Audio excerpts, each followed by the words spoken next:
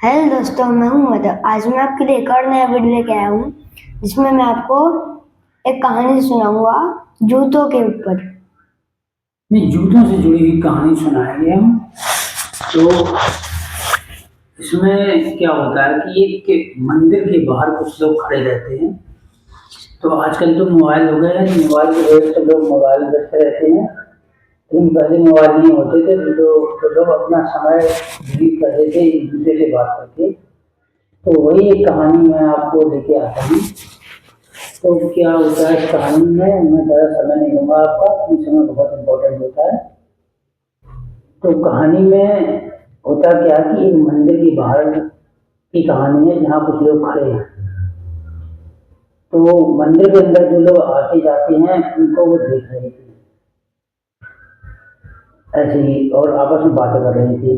तभी एक व्यक्ति मंदिर के अंदर प्रवेश करता है और वो बहुत ही अच्छे जूते पहन के आता है मंदिर के।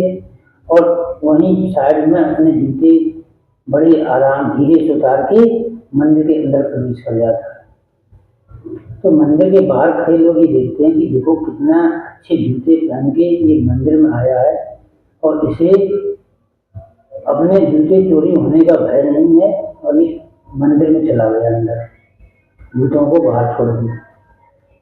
तो उसके जूते चमकदार थे और अच्छे थे, दिखने में बहुत ही सुंदर थे। तो लोगों ने कहा कि जब ये बाहर आएगा तो मैं पूछूंगा कि क्या ऐसा उसने क्यों किया। मंदिर के अंदर भी, मतलब मंदिर की जो बाउंड्री है उसके अंदर भी एक दुकान है जहाँ पे वो जूते अपने जमा कर सकता था। वहाँ व्यवस्था होती है कुछ मंदिरों में कि आप जो मेन मंदिर है उसमें घुसने से पहले मेन मंदिर के बाहर ही अपने जूते जमा कर सकते हैं। तो उसने उन जूतियों को सीढ़ियों पर तो छोड़ दिया। तो ऐसी बातें हो रही, तभी थोड़ी देर बाद एक और व्यक्ति आया जो बहुत ही बड़े पुराने जूते पहने हुए था। और उसने क्या किया, उसने अपने जूतों को बाहर सीढ़ियों पे न छोड़ के अपने जूतों को उसने अंदर अंदर मंदिर की बाउंड्री के अंदर ले गया। हो सकता है उसने वो अपने जूतों को अंदर जमा किया होगा या जो भी। तो और व्यक्ति थे तो वो देख रहे थे कितने बड़े पुराने जूते पहन के मंदिर के अंदर चला गया। ये कैसा व्यक्ति है जो अपने इन फटे जूतों को भी नहीं छोड़ सकता है, और वो अंदर मंदिर में कैसे पूजा करेगा, जाके कैसे ध्यान लगाएगा। तो लोगों ने आपस में बातें की, ये भी अगर बाहर आएगा तो इससे मैं भी पूछूंगा कि ऐसा उसने क्यों किया। तो कुछ ही समय बाद थोड़ी देर में मंदिर के दर्शन करके या पूजा करके पहला व्यक्ति बाहर आया जिसने जूते बाहर छोड़ रखे थे। तो वो बाहर आके अपने जूते पहन रहा था। तो उसी समय व्यक्तियों ने उनसे पूछा कि आप ये बताइए, आप इतने अच्छे जूते हैं, आप इन जूतों को बाहर छोड़कर क्यों गए। तो उसने बोला कि मेरे मन में दो विचार थे। मेरे जूते देखकर अगर किसी के मन में चोरी की भावना है तो वो मेरे जूतों को आसानी से ले जा सकता है। उसके बीच में मैं आना नहीं चाहता था, इसलिए इन जूतों को मैंने बाहर रखा था। और दूसरा एक और मेरे अंदर विचार आया था कि यदि कोई इन जूतों की चुराने की इच्छा रखता है, चुराने की इच्छा थी, लेकिन फिर भी अगर वो इन जूतों को नहीं चुराता है तो वो एक पुण्य का काम करेगा। तो उस पुण्य में मैं भी भारी भागीदार बन जाऊंगा।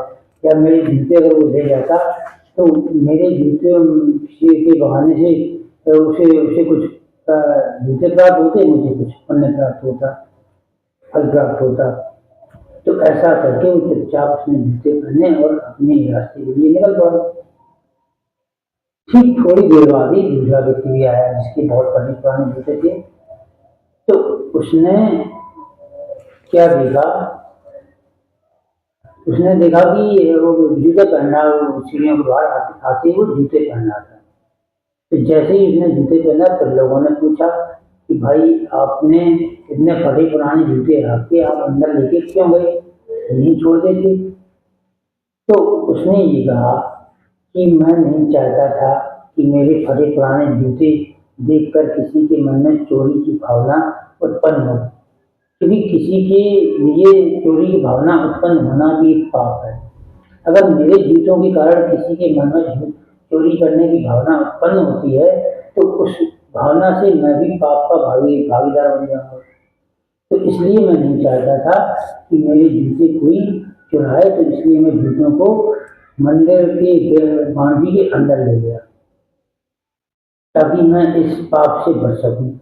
इतना करके वो जूते पहन के चला गया। तो लोगों ने कहा, देखो कितना भला आदमी है, कितने अच्छे विचार हैं इसकी, कि ये किसी के मन में चोरी की भावना भी नहीं आने दे रहा। तभी वहां पे एक खड़ा बुजुर्ग व्यक्ति उन लोगों की बातें सुनकर बहुत जोर से हंसने लगा। तो लोगों ने उनसे पूछा कि भाई तुम क्यों हंस रहे हो, तुम इतनी जोर से क्यों हंस रहे हो, ऐसा क्या है? तो वो बोले कि देखो भाई, आप दोनों लोग अपनी बातों से मूर्ख बन गए हो। मैं यहाँ का रहने वाला हूँ, मैं यहाँ डेली आता हूँ।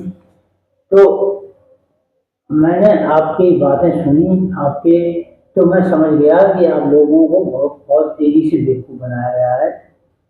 एक्चुअली जो जो व्यक्ति ने ये पहले वाला था, इसको मैं भी बहुत अच्छे से जानता हूँ, और दूसरे वाले व्यक्ति को भी मैं बहुत अच्छे से जानता हूँ। तो उसने आपको ज्ञान की बात बता के अपने अंदर जो कमियां थी, अपने जो कमी वाले विचार थे, उनको छुपा दिया।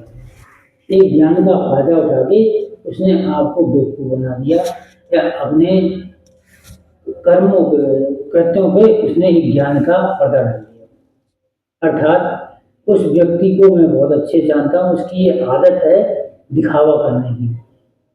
तो वो बहुत ही अच्छे जूते पहनना था, इसलिए वो आप सभी को दिखाना चाहता था कि मेरे जूते कितने सुंदर हैं।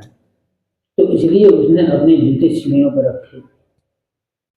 और आप लोग उनके जूते देख के और आपने उससे पूछा कि ये आपने ऐसा, तो उसने अपना दिखावा की भावना को छुपाने के लिए एक ज्ञान की भावना दे दी कि मैं अन्य कई काम के लिए बात कर रहा था। और दूसरे व्यक्ति को भी मैं बहुत अच्छे से जानता हूँ, वो इस क्षेत्र का सबसे कंजूस व्यक्ति है। वो अपनी फटी से फटी चीज भी अपने से दूर नहीं कर सकता है। तो वो अपनी कंजूसी की भावना छुपाने के लिए उसने आपको चोरी की भावना से बचाने का ज्ञान की एक बात बता दी, और आप लोग दोनों लोग उसकी बातों में आ गए। लेकिन आपने तीसरे व्यक्ति पे ध्यान नहीं दिया, जो बिना चप्पलों के आया था, अंदर घुस के उसने दर्शन करके और चला गया। जो तीसरा व्यक्ति यहाँ आया था, वो नंगे पैर अंदर यहाँ आया था, लेकिन आने से पहले ये रास्ते में उसके पास जूते थे, लेकिन उसने अपने जूते एक गरीब व्यक्ति को दे दिए थे। तब से वो नंगे पैर हो गया था, और उसने मंदिर में दर्शन करके वो घर वापस चला गया। क्योंकि आपको वही चीज दिखती है, आप सभी व्यक्तियों को वही चीज दिखती है जो वो देखना चाहते हैं। और जो व्यक्ति ज्ञान लेता है, ज्ञान की बात करता है, वो अपने कुछ कर्मों को छुपाने के लिए ज्ञान की बात करता है। तो इस कहानी में मेरा यही उद्देश्य था कि हर व्यक्ति जो कैसा भी हो, वो अपने कमियों को छुपाने के लिए आपसे ज्ञान की बात करेंगे, ज्ञान का उदाहरण देगा। हर एक पाप के लिए हर ग्रंथ में आपको एक ना एक उदाहरण मिल जाएगा। कोई सपोज करो कोई व्यक्ति चोर है, तो वो अपने उदाहरण ये देगा कि चोरी करना कोई पाप थोड़ी ना है। मैं जिनसे रुपये चुराता हूँ, उन्होंने भी चोरी करके अपने पास धन अर्जित किया है, और ये रुपये चुरा के गरीबों को दान करता हूँ। या जो जुआ खेलता है वो कहेगा जुआ खेलना कोई बुरी बात नहीं है, युधिष्ठिर ने भी जुआ खेला था, तो हम तो साधारण व्यक्ति हैं। तो इस दुनिया में हर गलत चीज के लिए एक तर्कसंगत जवाब रहता है, और ज्ञानी पुरुष उसका उपयोग लेते हैं। और लेकिन एक सीधा व्यक्ति या ज्ञानी व्यक्ति जो सबसे अच्छा होता है, वो अपने अज्ञानता के लिए, अपने कुकर्म के लिए बस यही कहेगा ये मुझसे गलती हुई है, या इसके लिए मैं क्षमा प्रार्थी हूँ। तो ये छोटी सी कहानी कुछ अलग विषय में थी। मेरी कहानी आपको कैसी लगी आप मुझे जरूर बताएं और हमारे चैनल को लाइक और सब्सक्राइब जरूर करें। धन्यवाद।